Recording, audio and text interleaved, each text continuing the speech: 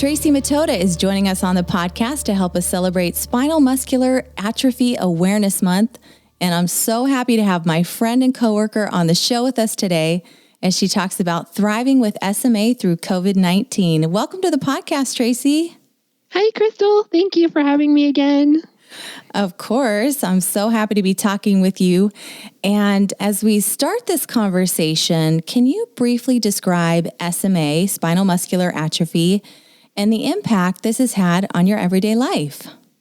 Sure. So spinal muscular atrophy is a motor neuron disease, and it causes your muscles to atrophy over time. It cuts off the communication from your brain to your motor neurons, which control your muscles. So they don't quite get the message, and thus over time they atrophy and you lose the ability to use them. So for me, that looks like I walked until I was 5, and then I started using a power chair as soon as I hit kindergarten, and I have been in a power chair now for about 36 years. And so it has greatly affected my mobility, but hasn't really held me back in other ways, that's for sure. Mm-hmm. I do definitely require a lot of assistance. The only thing I can really move are my hands, and I do have good neck controls. I can be expressive with my facial expressions and whatnot, but otherwise I'm pretty dependent on others for care. But it hasn't affected me throughout life. I was able to go to college and get a degree, start a career, get married, just really have a lot of fun throughout life. You really have. And if anybody has seen a picture of Tracey, you know that the one thing that stands out is her big smile. You are well loved and you are full of joy, my friend. Oh, but I just have to say, I'm trying to picture you as a kindergartner in a power chair. That would have been fun to see. I think probably many people thinking of putting a 5-year-old in a power chair, that sounds a little scary. I was a mature 5-year-old, if that helps. But I do know that the first time I got my power chair, my parents took me to a parking lot and put me in it and said, try it out. And I had that freedom. I ran away. I had never been able to run before. And so shortly thereafter, my parents learned where the speed control was on my chair and slowed me down. But now as an adult, nobody's slowing me down. I keep it on full speed all the time. And that's not just your wheelchair. You are a high pace, detail-oriented person. And I love working with you. Well, many of us know and love your husband, Mike, affectionately known as Mikey. So I want to talk a little bit more about him. How long have you two been married? And tell us about your relationship with him. Yeah, we have been married now for a little over 12 years, and he is amazing. We met 18 years ago now, and we had a long distance relationship for several years, and then we got married, and it's been an amazing ride. We have certainly had our challenges. We have lived in 3 states in those 12 years and had a lot of changes that we've faced together. And yet we've grown closer and closer together with each one. And, he is this super kind and compassionate man, where I tend to be an overly emotional person. I'm an extrovert. He is my level-headed introvert, and we complement one another very well in that respect. He likes to say I do all of the organizing and he is the doer. So, that looks like with groceries, right? I plan out the menu. I write the grocery list, and he does all the cooking. I help him by, going through the recipe, letting him know what's next. And he is my hands in so many ways. And not just with cooking, but he takes care of all of my personal care needs as well. From the time I wake up in the morning, he is helping me get ready, helping me get dressed and put together for my day. He turns me over at night to ensure I'm comfortable. And he takes care of all of my physical needs throughout the day and night. Mm-hmm. Well, you guys have a really sweet marriage. You enjoy each other, and you really have a spiritual bond that God has strengthened. We love and appreciate Mikey. Well, how has life changed for you two during this extended season of sheltering in place? You guys have been doing this for over 5 months, right? Yeah, since March. And it just it certainly does look different. Life is very, very different than it was a year ago today. Mikey has a full-time job. I work full-time at the ministry. And, we had a great routine, and we had a very rich social life outside of work as well. And we have a lot of friends. We have a wonderful church. We were involved in a small group and Bible study. And so we were on the go quite frequently. We would come home for dinner, and then oftentimes we would go out again, or we would have friends over. And so life has definitely changed. We have been pretty isolated in our home since March. We, just the every other week grocery shopping trip, the occasional car ride, perhaps a nice socially distanced outside greeting with a friend or neighbor. But otherwise, for the last 5 months, it's been Mikey and I doing life together, pretty isolated. Mm-hmm. Yeah, and that isolation, I know, has been especially hard on you because you are such a social person. You have so many friends. You love to be involved. And it's been a challenge for Mike as well, because to help protect you, he's chosen not to see his friends and family. Have you two talked about how that affects him? Yeah, it's funny. I think I mentioned before that I'm the extrovert to his introvert. And in many ways, he does certainly miss his friends and family. And yet he actually is content with being home and, being just us. He has felt safe and comfortable and confident in the choices we've made to maintain safety. Yeah, well, that's good. I'm glad to know that he is happy to be with you. And I know you guys have found creative ways to continue to stay in touch with people. I think maybe we need to really talk about the reasons why you have chosen to really shelter in place and be staying safe at home. You've stayed in touch with a few of your key doctors.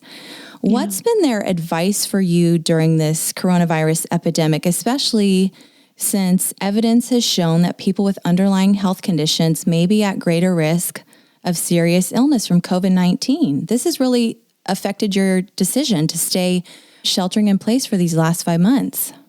Absolutely. Yeah. When, for someone with spinal muscular atrophy and so many other disabilities that affect the breathing muscles, all right, or your lungs, the need to shelter in place and avoid the virus at all costs is higher. I spoke to my pulmonologist back when we first began this, I guess in April. And your pulmonologist is the doctor that really focuses on your lungs and breathing, right? Okay. Yeah, he focuses on my lungs. And his recommendation was I absolutely need to be working from home, staying at home, wearing a mask at all times if I must go outside of my home, and maintaining distance. I asked him, because at that point we had been doing this for about a month, right? And I was itching to go to the store. I wanted to just go grocery shopping. It was such a normal routine for us. And to be honest, Mikey wanted me to go grocery shopping with him as well, because I'm the one that knows where everything is in the store. And so we asked him, can I just go to the grocery store, wearing a mask and all of that, making sure I wash my hands. And he hemmed and hawed a little bit. And he said, I really would rather you not. He said, it's not so much about, I trust that you will wear your mask and do everything right. He's like, I just don't trust that everyone else is doing the same.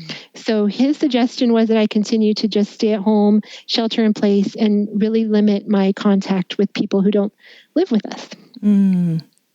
Yeah, and you've been very diligent about that. Maybe you can talk more about how SMA affects your breathing and your lung capacity. And so for coronavirus, a virus that typically affects the lungs, what would that look like for you? I mean, I remember 2 years ago when you got the flu, it was awful for you. You had to use a cough assist machine just to help you breathe. Right. Yeah, it's definitely a bigger risk for someone with a complication like spinal muscular atrophy. it's not that my lungs are unhealthy. I have healthy, normal lungs. It's that I have a very weak diaphragm muscle. And so you use your diaphragm to cough. And when you get sick, even a common cold can really knock me down and be very dangerous. Because if you aren't able to cough out anything that ends up in your lungs, it can then turn into pneumonia. And so the risk is high. That is why I have, like you mentioned, the cough assist machine. I typically use that anytime I get a cold or, yes, when I had the flu 2 years ago.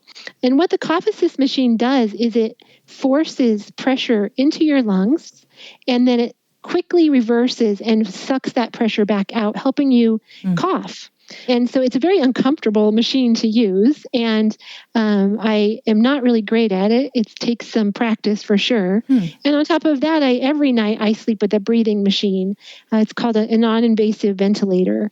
And that way it helps my diaphragm muscle rest. And I can truly get the good sleep I need. So there's a lot of complications surrounding my lung function. My lungs work at about 50% of what they would be expected to work at as my age. And that's simply because I cannot take a deep breath in and forcibly blow out.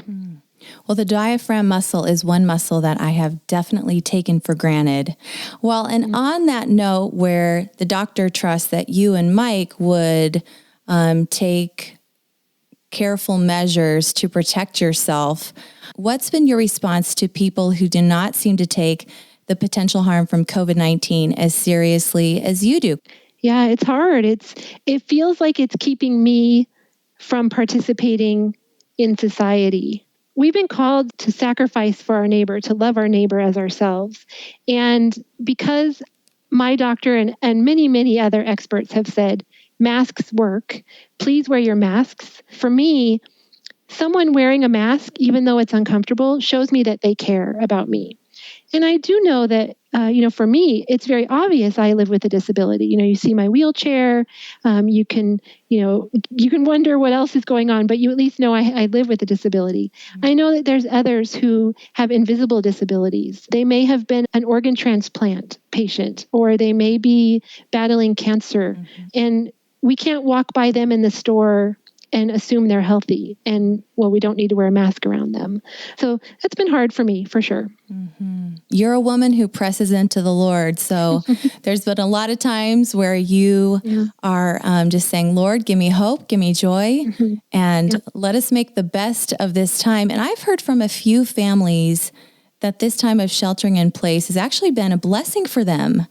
They've been able to spend more time together. Maybe how Mikey feels. Yeah. It's been a time to refocus priorities and values, to plan ahead on how individuals and families want to spend time together in the future. So even through the downside of isolation, have there been any eureka moments for you and Mike? Any unexpected blessings or realizations? Well, we certainly have appreciated and enjoyed the time that this has given us. It's even just the amount we get to eat lunch together every day. It's expanded that joy in being present for one another. And not just present, Mikey's here with me, helping me with things I need throughout the day, but just that comfort level of having your beloved spouse with you, next to you, working throughout the day. That's a big blessing. Something that people may take for granted is your ability to just even use the restroom throughout the day at work. Yeah. And now I can drink tea in the morning and not worry about it because I can have a restroom break throughout the day. And another blessing I've noticed is I have back pain and hip pain from scoliosis and surgeries I've had. And so if I'm having a painful day, I take advantage of my lunch hour and I lay down and I stretch and relax and rest. And that has really given me so much more energy throughout the week if I've been able to just have that downtime in the middle of the day that I couldn't have had in the office. Well, how has this time impacted you spiritually? I think one of the things that I have noticed is it's just expanded our prayer life. I could speak for Mikey and I with this one. I feel like constantly we're going to the Lord in prayer. Like you mentioned, praying for hope, praying for joy. It has caused me to be so thankful and express gratitude so much more openly with the Lord over things that certainly we took for granted. We laugh and we say, if we would have only known that was the last time doing A, B, or C, how much more grateful would we have been? And so I feel like this time has given us time to focus on prayer, focus on our relationship with God, draw closer to Him, because it really truly is Him and us, right? It's the three of us, and we're doing this life right now.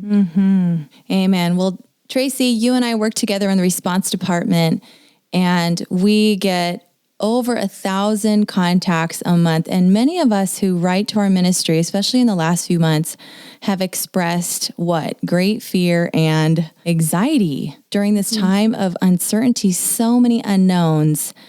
And also those with certain types of health challenges, like we talked about, and disabilities are especially vulnerable to the virus and its effects. Have you wrestled with any harder emotions through this time? One of the things that I feel like I've wrestled with is just that distance from loved ones. I feel like I've always been a homesick kind of person. I'm not from California originally. I'm from Oregon. My family all lived in Oregon and Washington. And so, we're some distance away.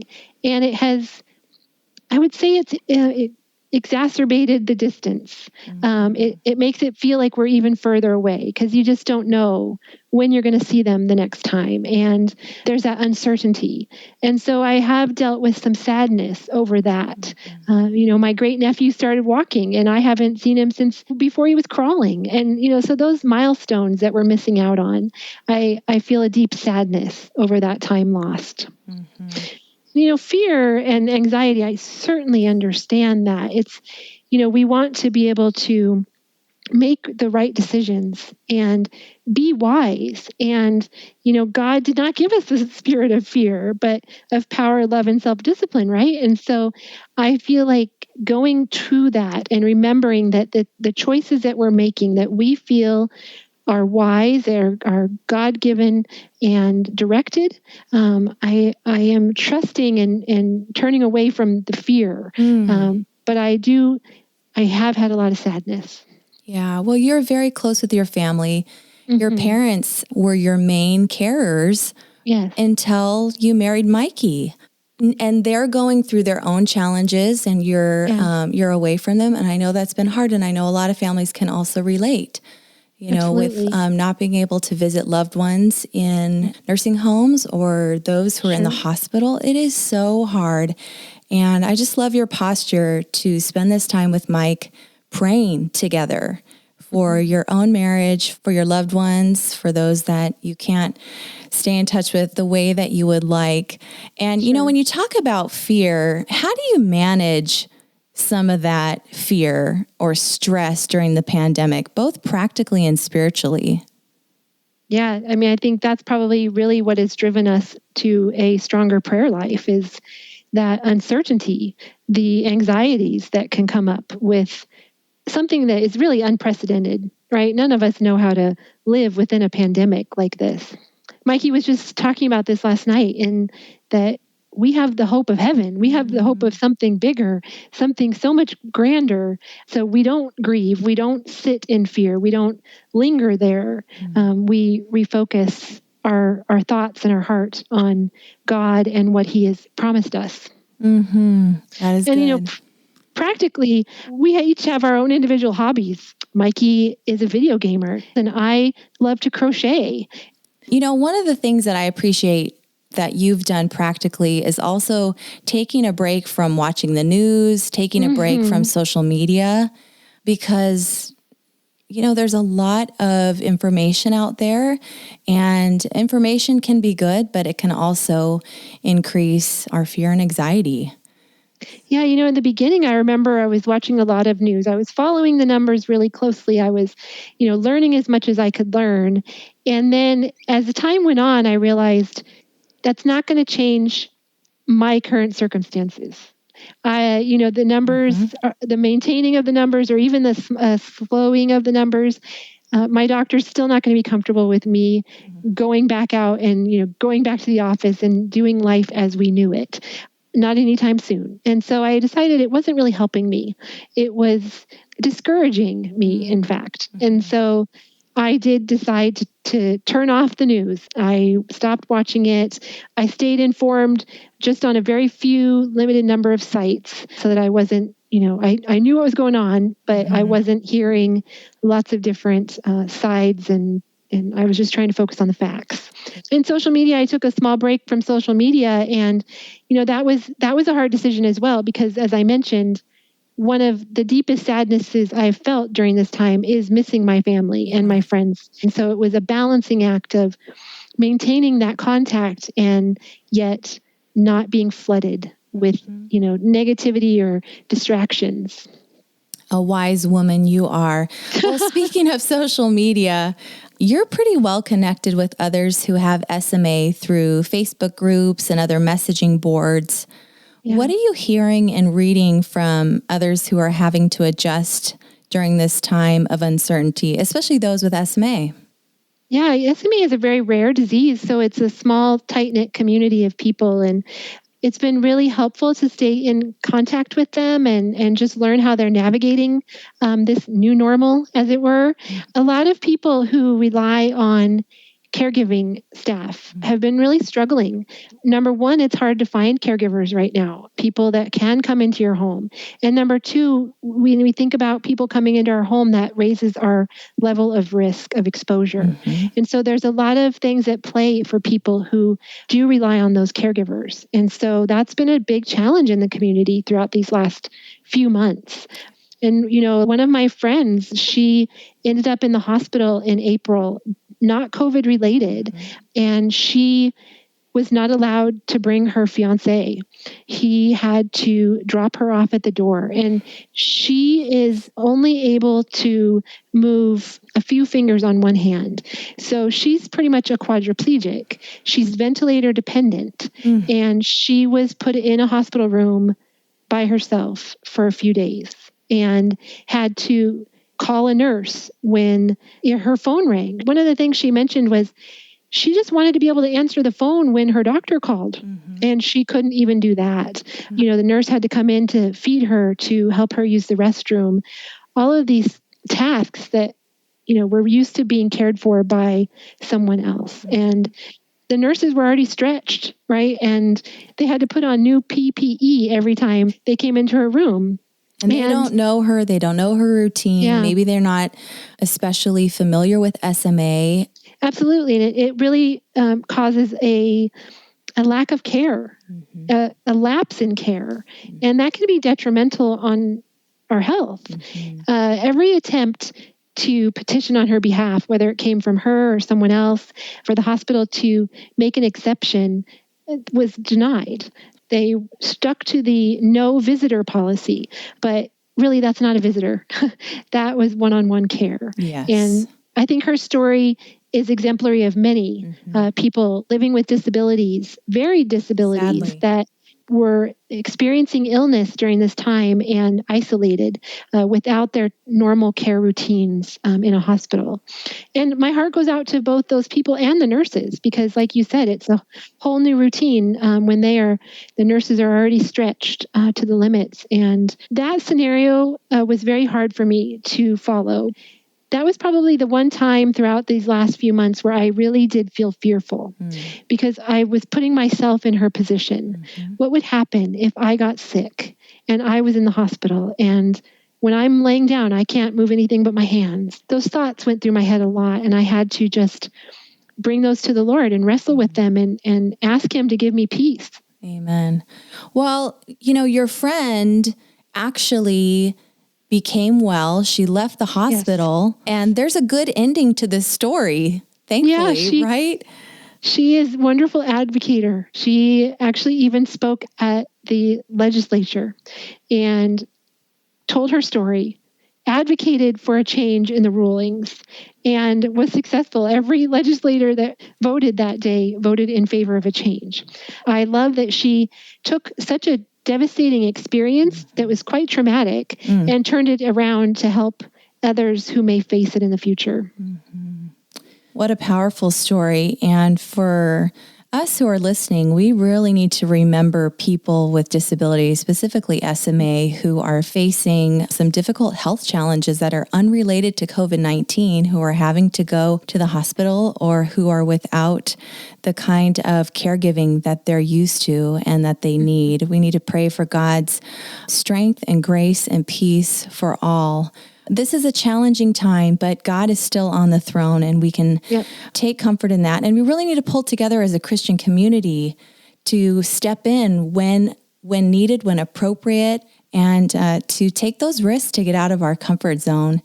And, speaking of the Christian community, Tracey, your church has been a huge part of you and Mikey's life. You guys entered this church. You were received with open arms very quickly. You got involved. And so many of our churches have transitioned to online services. As we close our time together, how have you stayed connected with other believers from your own church during this time? I was actually so excited to see how our church adapted so quickly. We're a small church, and we didn't even record our sermons before. There was no videos of our sermons, and yet within the week of the shutdown happening, we were online having our services. Our pastor did a great job. He said it was so hard to preach to an empty sanctuary. Yeah. It was not the same looking in a camera lens, but he truly brought us messages of hope throughout this entire time. He refocused us on trusting the Lord and seeking his wisdom. We did a whole sermon series in James, and that was really, really encouraging and convicting. They also pivoted and put our Bible studies online through Zoom, and that was wonderful. We could continue with our Thursday night Bible studies and see the same people, chat with the same people that we were used to spending our evenings with. Our small group continued to meet. Mm-hmm. We used to gather one Sunday every month for dinner, and now instead we're gathering over Zoom and keeping each other updated on our lives and how we can be praying for one another. And, we miss seeing those people. We miss greeting everyone and handshakes and hugs all around, and yet we certainly don't feel isolated from them. And that is a blessing.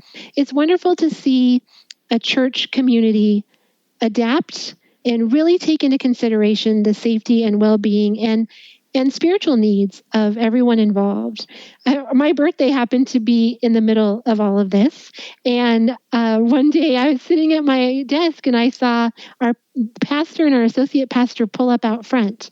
And they came to sing me happy birthday from the sidewalk. And I just love that. It made me feel such a part of a community, right? And that's the blessing of the body of Christ, is that I know with my whole heart that should we need them and we called upon them, they would be here. Mm-hmm. That has gotten us through a lot of this challenging time. That is such a blessing. Your church truly is the expression of Jesus Christ. Tracey, it's so good to talk to you on the phone. I can't wait to see you in person. I've got a running list of things we're going to do. The first thing is I'm going to hug you. I can't wait. Yes. Absolutely. And then we're going to go out to eat because I cannot wait to eat in a restaurant again. Such a blessing to have you on the podcast today, Tracey. Thank you.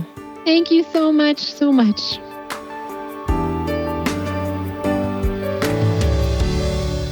Thank you for listening today. If you've been inspired by our conversation or have a comment about something you heard, please drop me a message at podcast@joniandfriends.org. I would love to hear from you.